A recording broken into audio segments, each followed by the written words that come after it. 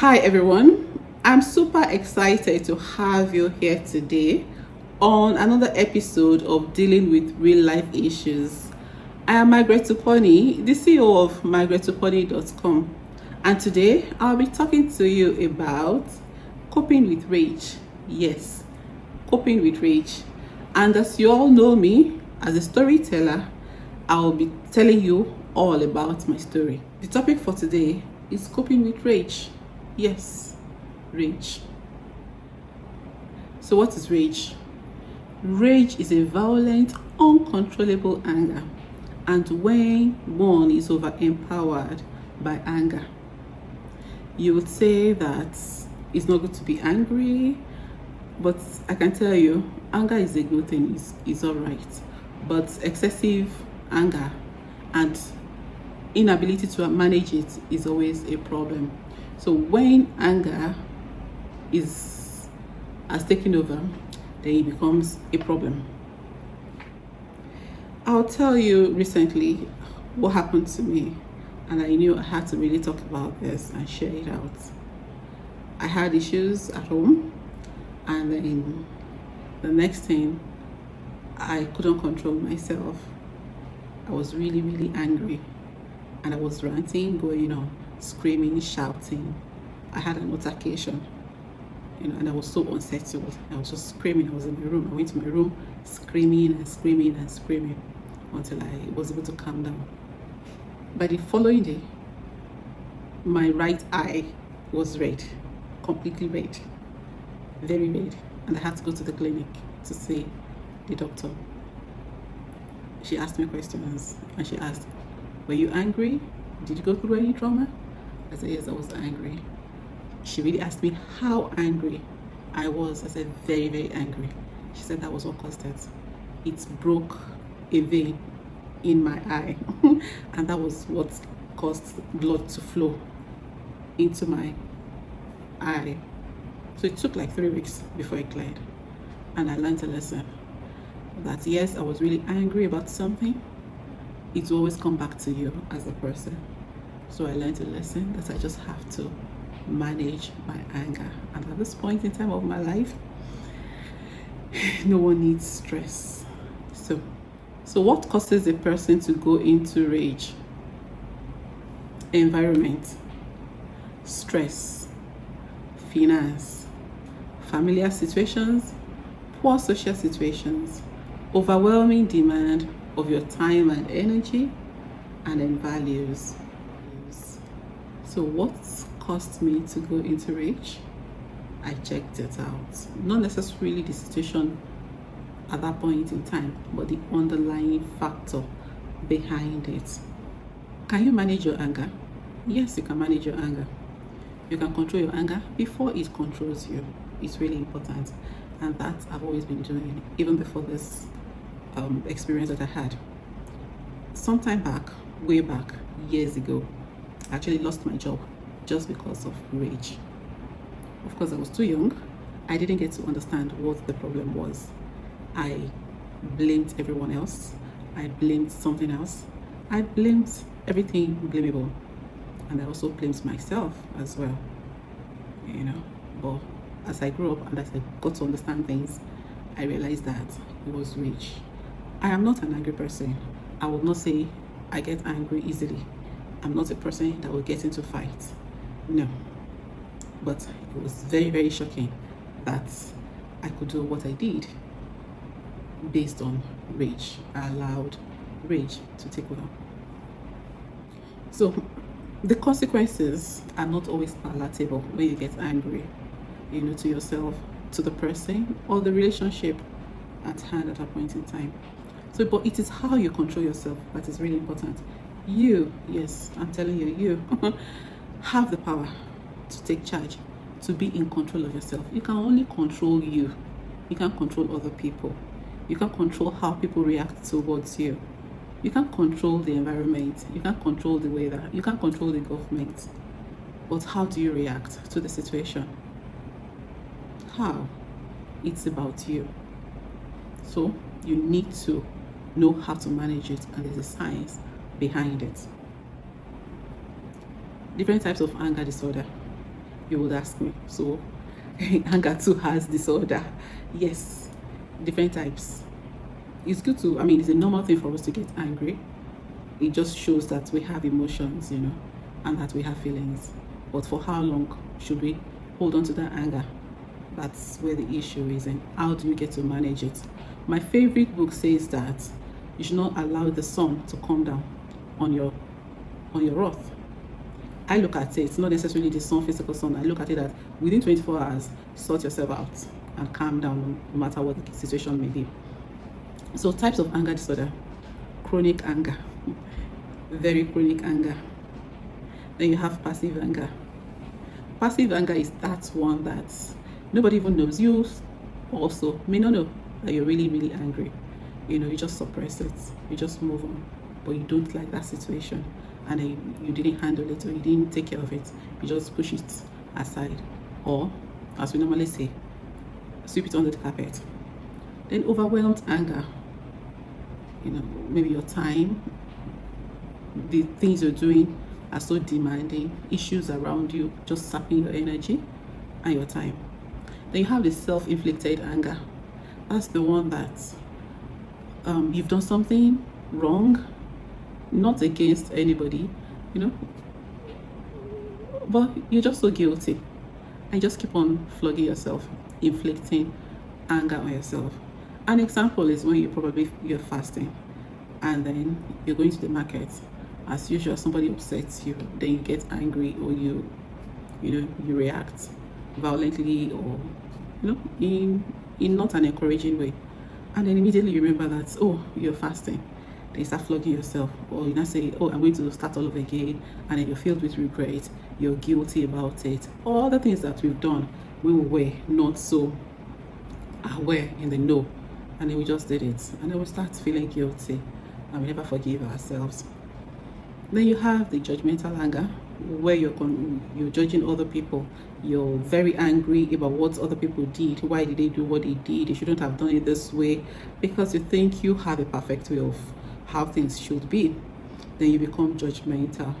Then you have the volatile anger. The volatile anger is very, very, very, very, very, very bad. It's like the chronic anger, everything just that could affect your mental health. So for me, I would say in different ways, passive anger, yeah, because eventually I got to realize that, when I had the mental experience that I had, and the doctor told me you were disappointed about so many things, and then angry about so many things, but you repressed it. And I was wondering, what do you mean by repressing it? But I never knew what I was doing. I never even knew how to think, apparently, how to manage things or manage anger. And I just thought I could move on with my life. And when you talk to people, I'm not talking to the right people, your family members, your pastor, your imam, and the next thing you hear, it is well, but it's not so satisfying. And then you even share with other people, and then the way they respond, they take it against you. Maybe days after, they're using it against you. You know what I mean? And then it's in our parts of the world, it's assumed that you shouldn't just talk about anything, especially when you're angry. Just deal with it. It's okay, it's enough, and they wouldn't let you say whatever you really want to say, and they'll just condemn you.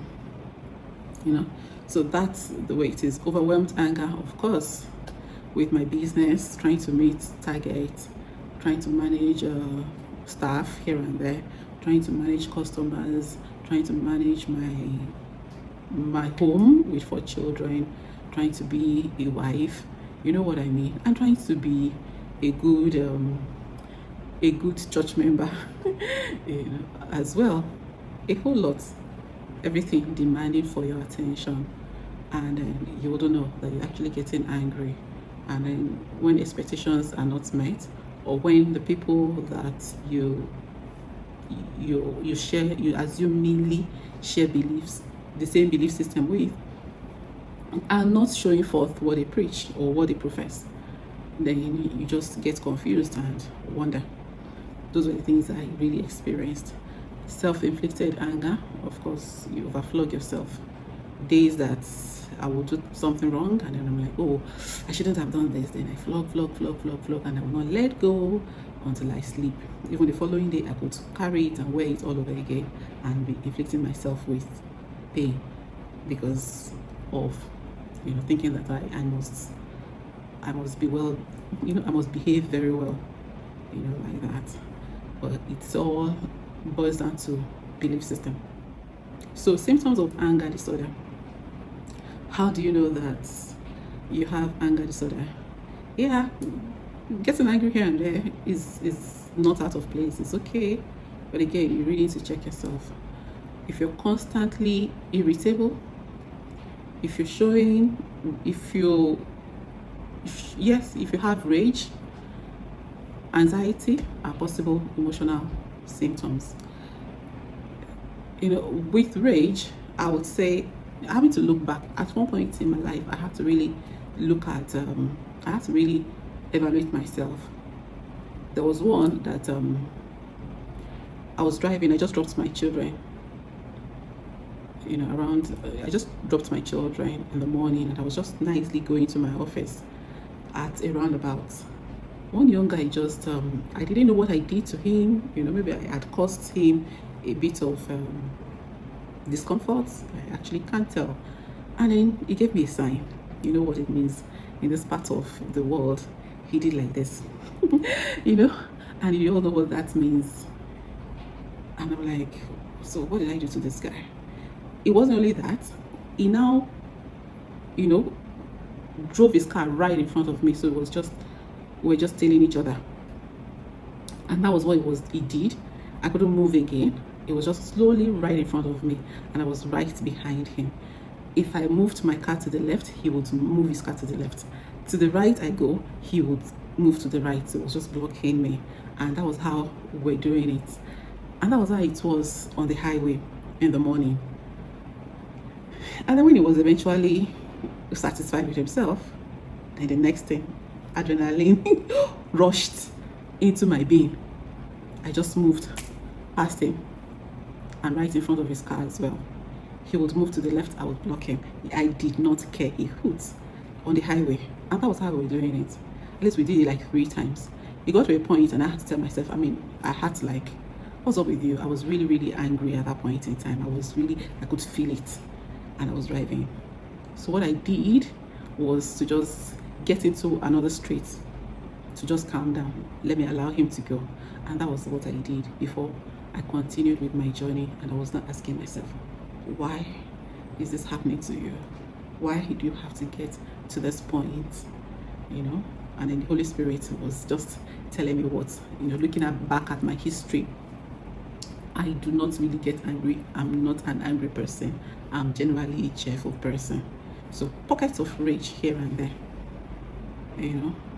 So, but the question is, just because this guy did this, what does it mean?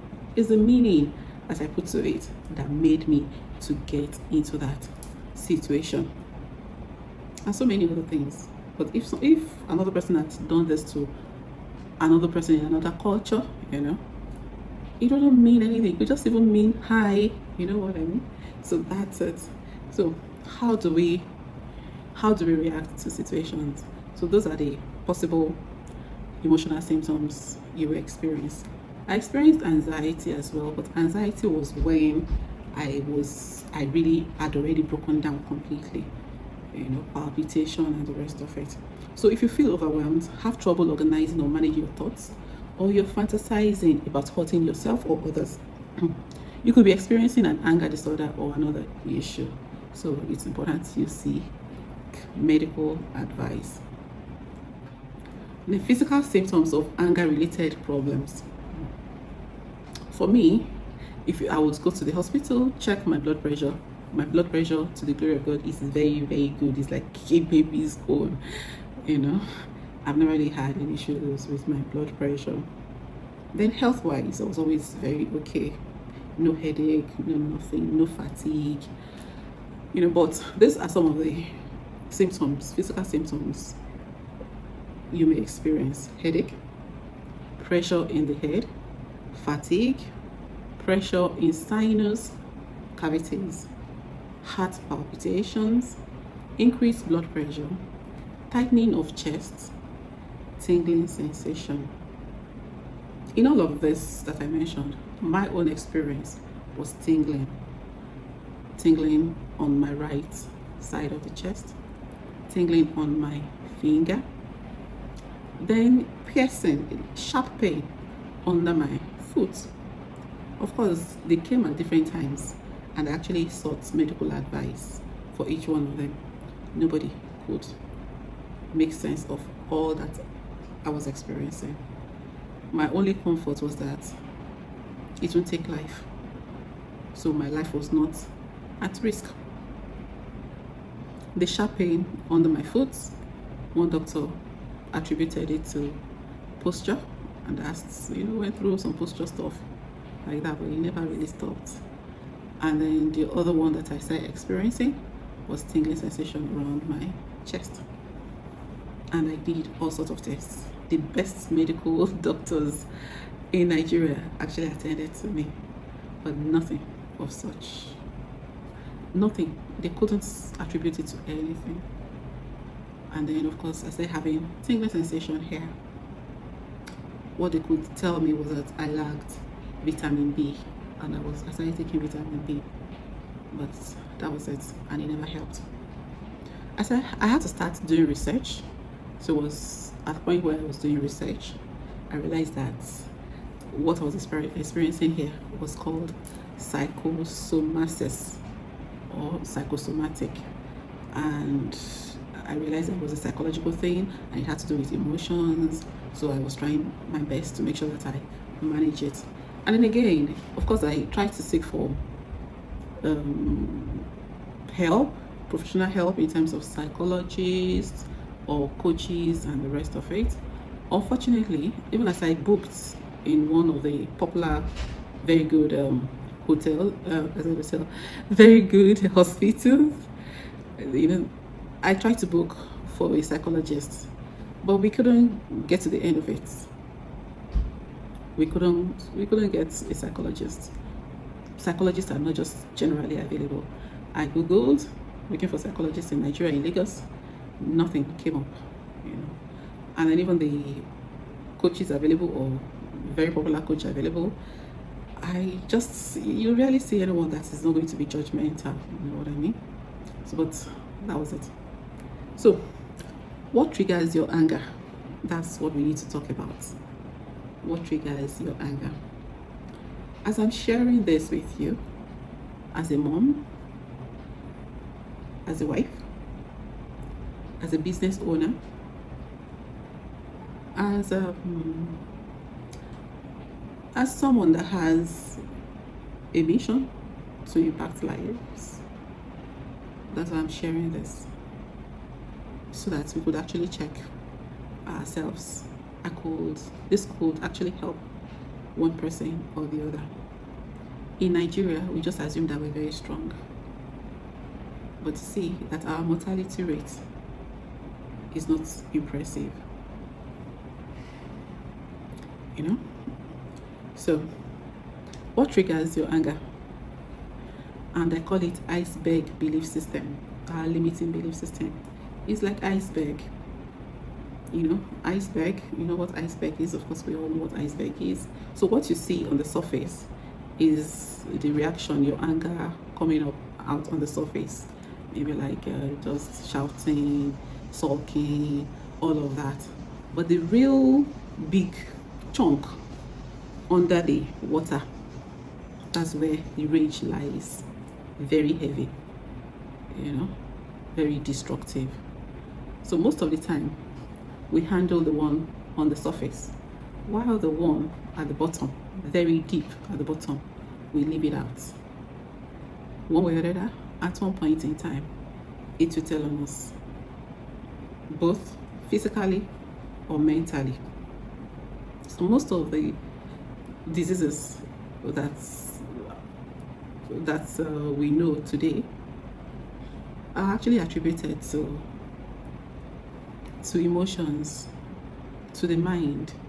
to us not managing ourselves very well, our mental health. And on this part of the world, our mental health is, we do not take care of it. We don't even talk about it. And when you tell someone to go and see a psychiatrist, then it becomes a problem. And as a matter of fact, during my own time that I needed to see a psychiatrist, and I'm like, psychiatrist? Am I mad?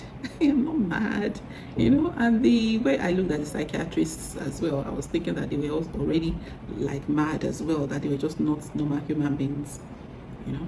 But it's really necessary for us to seek psychiatrists. They understand, they have the medical expertise to be able to manage, to help us to be able to manage our emotions, you know. They understand the rudiments, the structures, the neurotransmitters, and all the chemicals that are not working, and also psychologists and the rest of it.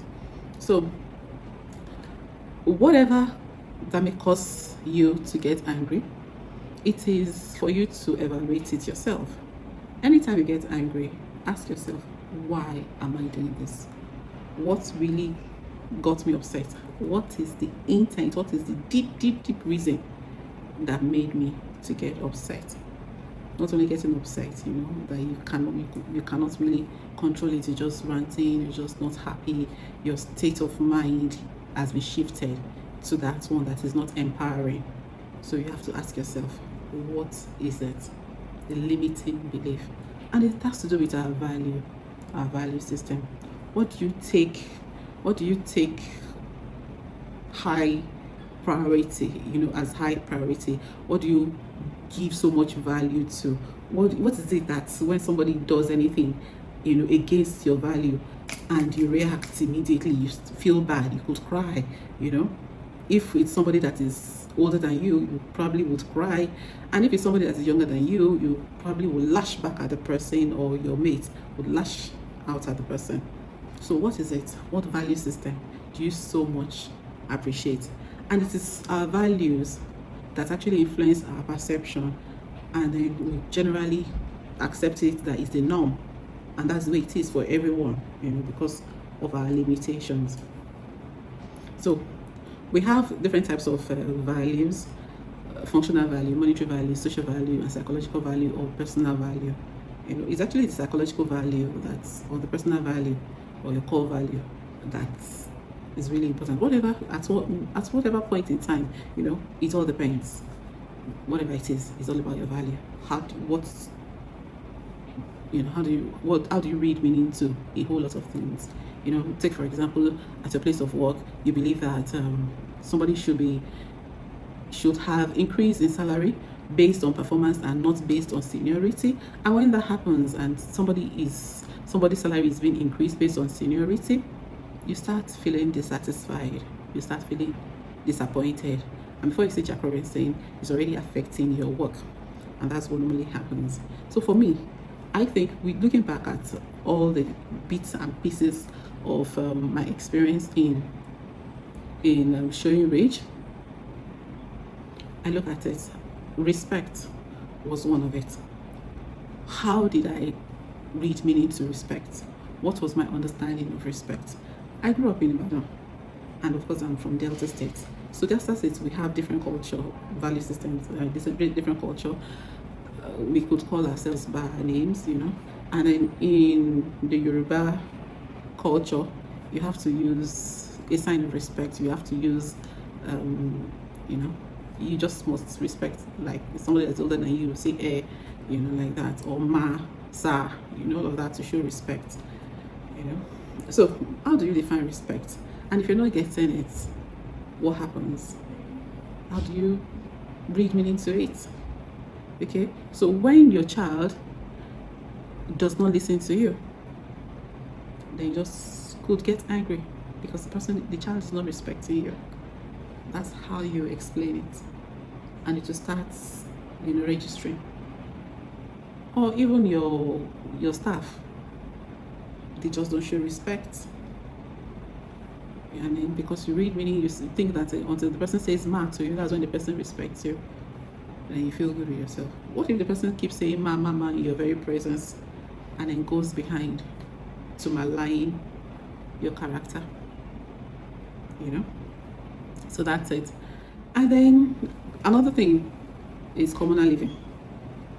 Communal living is very important to me. I grew up in a very big home. We just relate with each other very well. Friendly environment. Yes, we fight. There's no doubt about that. But we know how to solve our problems. We just resolve it. We keep malice, but we come back to it. So there's always love here and there, sharing here and there, and the rest of it. So I love communal living. I love community. And then, getting old and living life, Lagos, moving from from one place to the other, and then you see people are just on their own, not doing things with each other, not even greeting, not like that. It's very shocking to me, and still it's very shocking, So I miss that way back growing up, where everybody will just be together.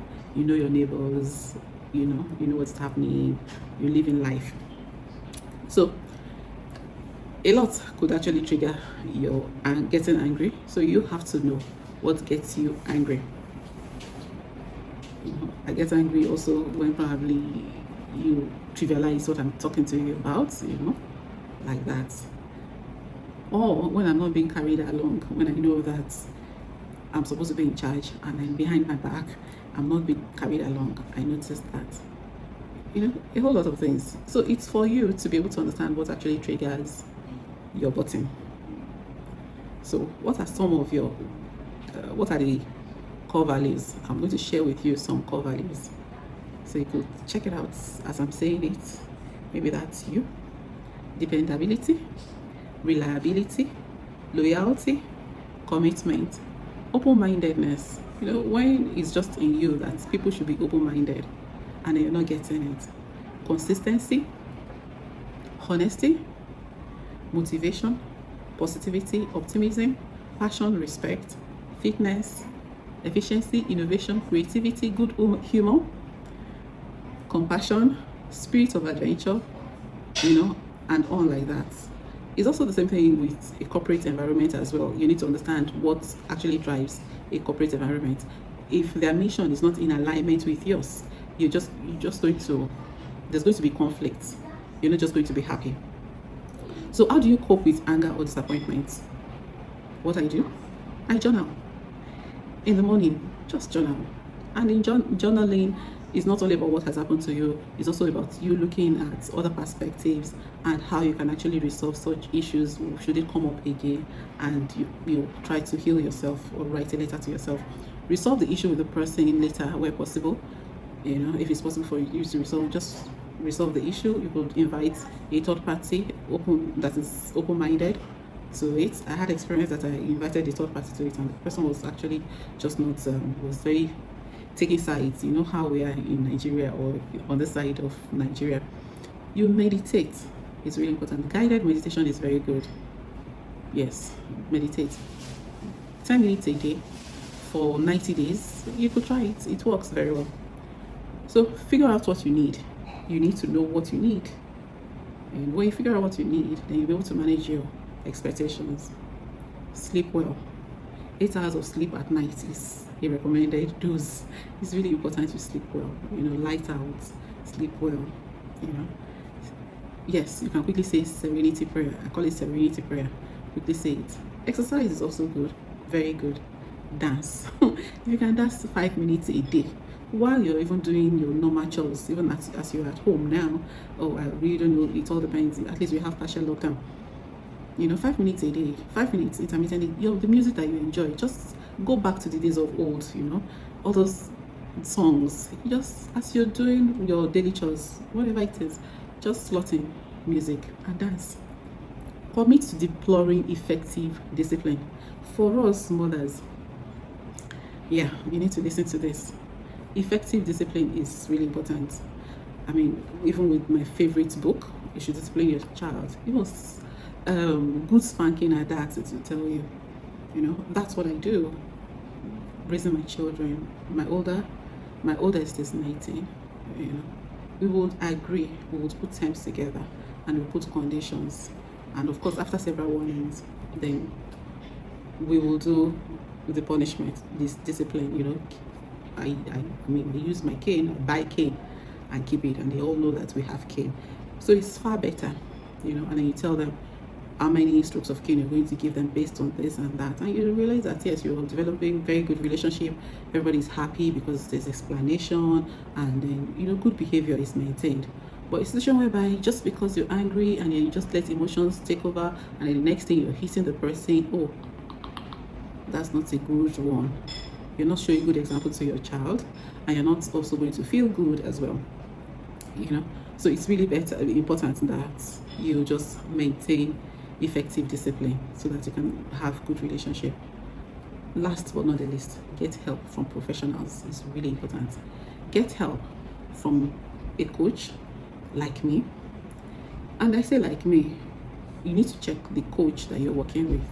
People with experience, people that have actually failed, coaches that have failed and they were able to bounce back, or they are on their way to bouncing back, is really important. And also, medical check is important. Going to see the psychiatrist and a psychologist is important. So when you work with me, definitely based on whatever goes on with you, what I see, I actually recommend psychiatrists that you could go to, that we work with. I actually work with a few psychiatrists, very good one, and psychologists as well. So get help, professional help. Running to see your pastor, your imam, or your religious leader is not it. Going to meet your brothers, your siblings, they're not just going to help you. Or asking your friends, or just with your friends that will not even understand, they may just leave you worse than before, you know. So it's really good that you seek professional help. Yes, you pay for it. Seek for professional help. So thanks for listening. Is change possible? Yes, it is possible. 100% possible for you to overcome rage. But it is not an overnight work. It's a process. We are all work in process. But the decision to seek help, to wanting to change for yourself, not for any other person, it's for yourself, then you need to do it. So I'm asking you today, take a step, take action, check yourself out, seek help. It's really important. The journey of life is with a whole lot of other people. Why do it by yourself, saying that you're strong? So when you get to heaven, what reward will you get? Saying that, or would it give you, would it, you know, each resistance that you put up, say, you know, I'm not going to seek for help, you know, would it give you money in your accounts? Would you be getting a lot for that? So I'm asking you today, don't take, or rather, let me say this, take your mental health seriously. It's really important. It takes you a long way. And then, as I always say, business growth is dependent on your self-development. So spend time on yourself. The more you spend time on yourself, the more you will get on your business or your finances, your relationships, or your income. So I hope with this I've been able to help you. Thank you for listening. And remember to subscribe or share with your friends if you so like it. And like the page as well. Thanks.